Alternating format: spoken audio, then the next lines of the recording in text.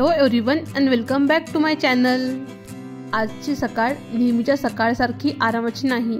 याचं कारण असं आहे की आम्हाला जायचं आहे ट्रिपवरती आणि आज त्याचीच पॅकिंग करायची घाई गडबड चालू आहे। तर घरात ही वांगी उरलेली होती म्हणून मी वांग्याचे भरीत बनवते आहे। तसा तर मी सर्वच भाजीपाला संपवलेला आहे। तर वांग्याचं भरीत बनवण्यासाठी मी त्याला तेल लावून त्यावरती काप बनवून घेते। यामुळे वांगी छान भाजल्या जातात। तर आज गॅसवर भाजायच्या ऐवजी मी ओव्हनमध्ये ठेवते आहे। मी हे फर्स्ट टाइमच करून बघते आहे, बघूया कशी भाजले जातात। जोपर्यंत वांगी भाजतात तोपर्यंत इकडे मी चहा ठेवते।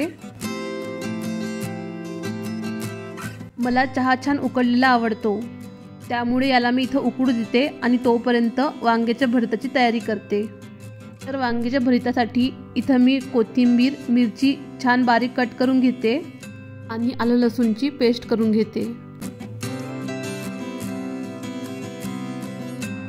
चहामध्ये मी न चुकता आलं आणि इलायची घालतेच आणि याला अजून थोड्या वेळ उकळू देणार आहे। तोपर्यंत इकडे चपात्यांसाठी मी कणिक भिजवून घेते।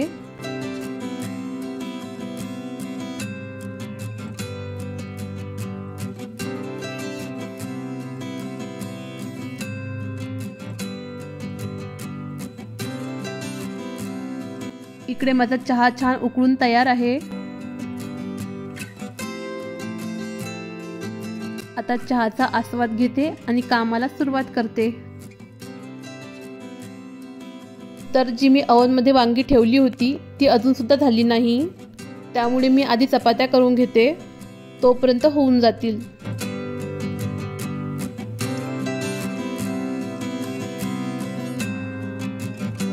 इथं वांगी छान भाजून तयार आहेत। मी ही वांगी 230 डिग्री सेल्सिअस वरती 1 तासासाठी लावली होती।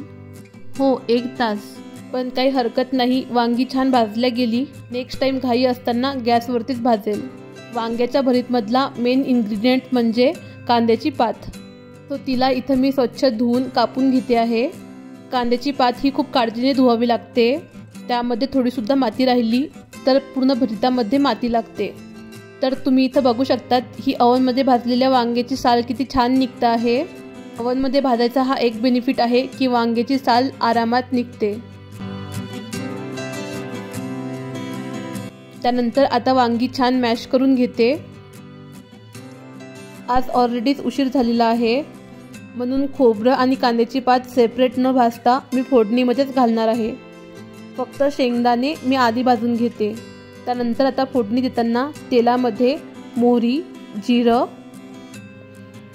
मिरचीचे काप,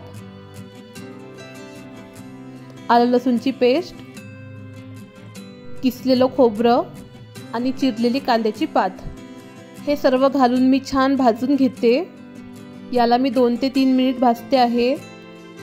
त्यानंतर यामध्ये थोडासा गरम मसाला आणि धने पावडर घातली आणि वांग्याचे भरीत।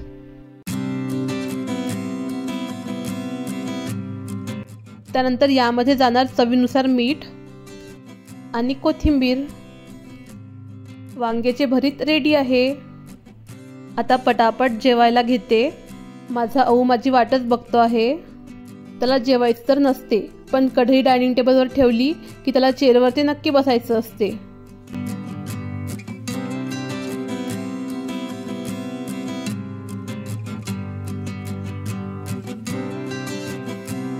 तर आता स्टार्ट केली आहे मी पॅकिंग। कपडे भरताना इथं सर्व माझे कपडे, इथं मधुरचे कपडे आणि इथं अव्यांचे कपडे असं मी बॅगला 3 सेक्शनमध्ये डिवाईड केलं, त्यामुळे बॅगमधले कपडे पटकन मिळतील।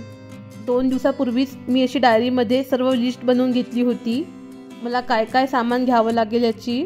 तर यामध्ये कपडे किती न्यावे लागतील, मेडिसिन कोणकोणत्या लागतील, तिकडे थंडी आहे तर मला काय काय घेऊन जावं लागेल याची सर्वांची लिस्ट होती। तर या पाऊचमध्ये मी अव्यांचे सर्व स्किन केअरचे प्रोडक्ट्स भरते आहे। त्यानंतर या दुसऱ्या पाऊचमध्ये अव्यांचे सर्व मेडिसिन, लहान मुलांचे मेडिसिन प्रत्येक ठिकाणी घेऊन जावेच लागतात।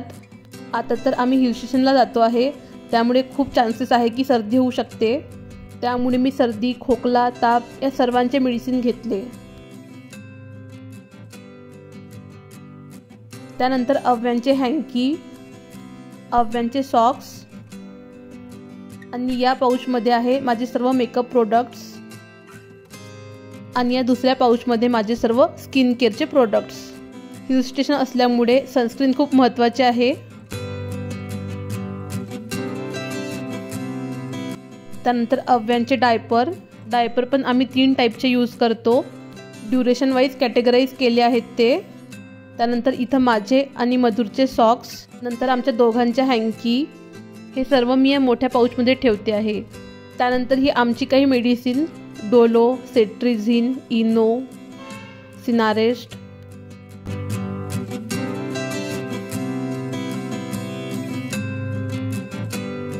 आणि ही जी मॅट आहे ही अव्यांची डायपर चेंजिंग मॅट आहे. त्यामुळे जी काही खालची गादी असते ती खराब होत नाही. ही जी बॅग आहे ही तिथं आम्ही प्रत्येक ठिकाणी घेऊन फिरणार आहे, ज्यामध्ये अव्यांचं सर्व सामान राहील.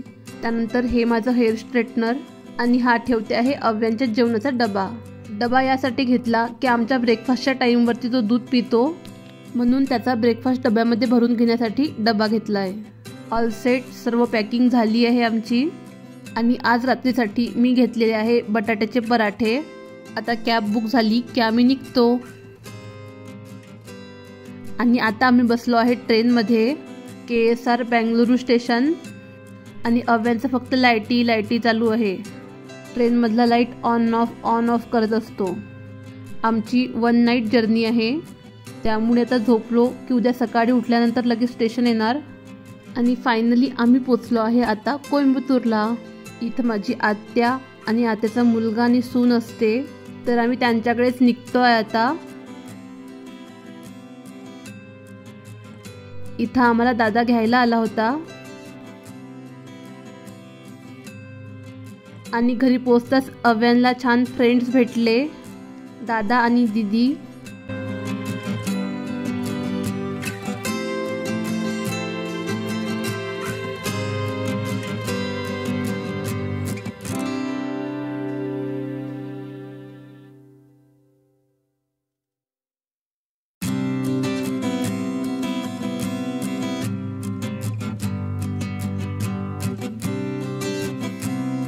आणि आज आहे डे 2.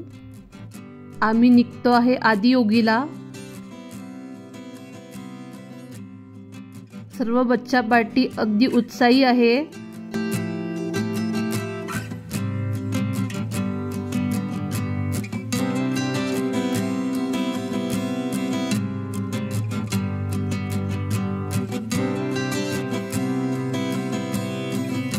आज वातावरण पण अगदी छान आहे.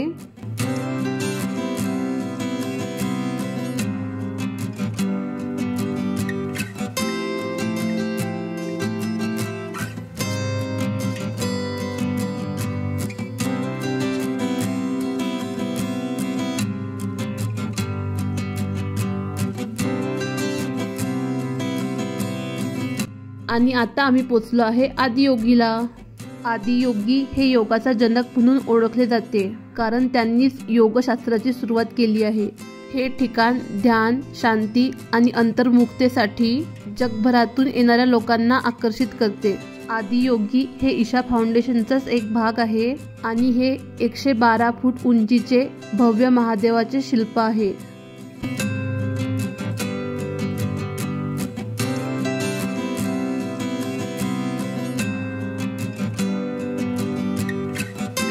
आणि ही जी माळा आहे ही रुद्राक्ष माळा आहे.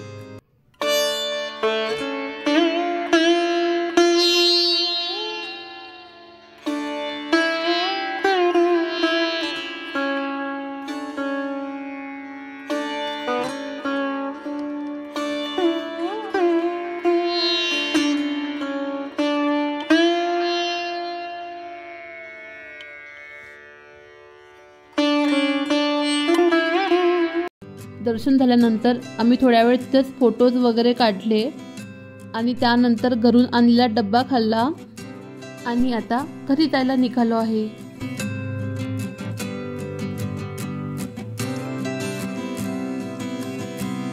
घरी येता येता रस्त्यामध्ये आम्हाला हे बॉटनिकल गार्डन लागलं, तर म्हटलं बघून जाऊया.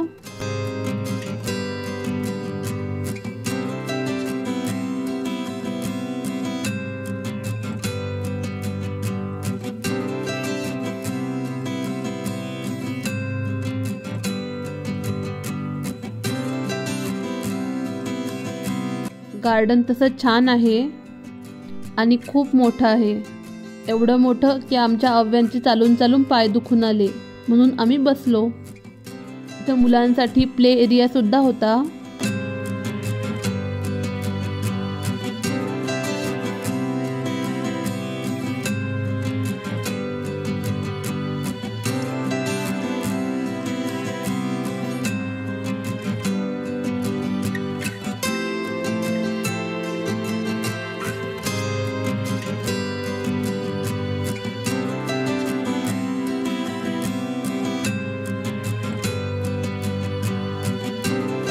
त्यानंतर हे आहे मेज गार्डन. तर यामध्ये आपल्याला एंट्री करून एक्झिट शोधायचा असतो. तर आम्ही पण निघालो एक्झिट शोधायसाठी. पण काय, याचा एंट्री आणि एक्झिट तर एकच आहे. हे सर्व फिरून आल्यानंतर आम्हाला कळालं.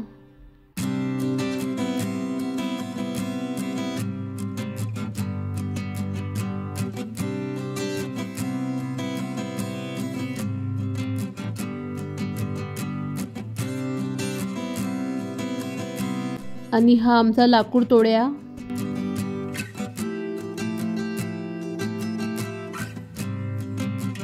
आणि इकडे अव्यांना अजिबात कोणाचा हात पकडायचा नाही आहे. त्याला त्याचंच धावायचं आहे आणि चालायचं आहे. ते एक फार बरं आहे की तो घे घे करत नाही. त्याला उलट खाली ठेवलं की आनंद होतो.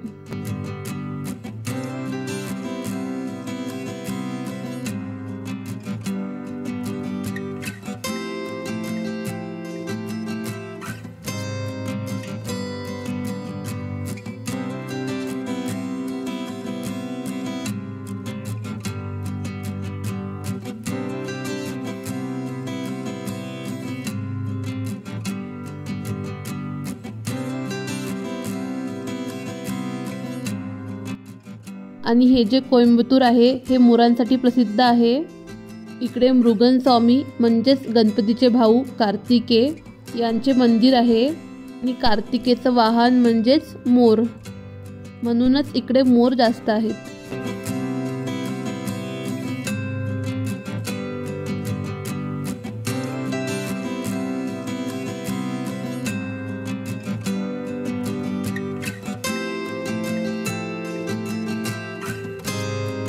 त्यानंतर इकडे एक चेन्नई सिल्क म्हणून प्रसिद्ध दुकान आहे, ते बघायला आम्ही आलो. आणि इथं बघता बघता मी 4 साड्या आणि एक ड्रेस घेतला, कारण दुकान खूपच छान आहे. इथं सर्व प्रकारच्या सिल्कच्या साड्या आहेत आणि अगदी 500 रुपयापासून तर लाखांपर्यंतच्या साड्या आहेत. खरंच खूप सुंदर साड्या आहेत आणि इतक्या साड्या बघून बायकांचं नक्कीच मन बावरून जात असेल. म्हणजे मीच बघा ना, एक एक साडी घेण्यासाठी मी 4-4, 5-5 तास लावते, तर एका तासामध्ये मी 4 साड्या सिलेक्ट केल्या.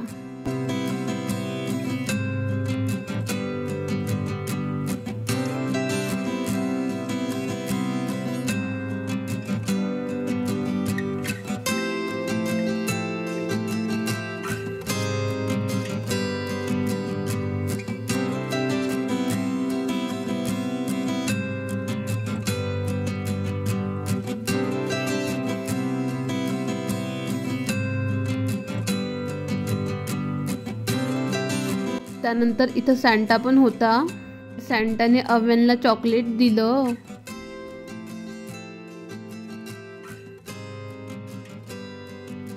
त्यानंतर खूप लेट झाले होते, म्हणून आम्ही जेवायला हॉटेलमध्ये आलो.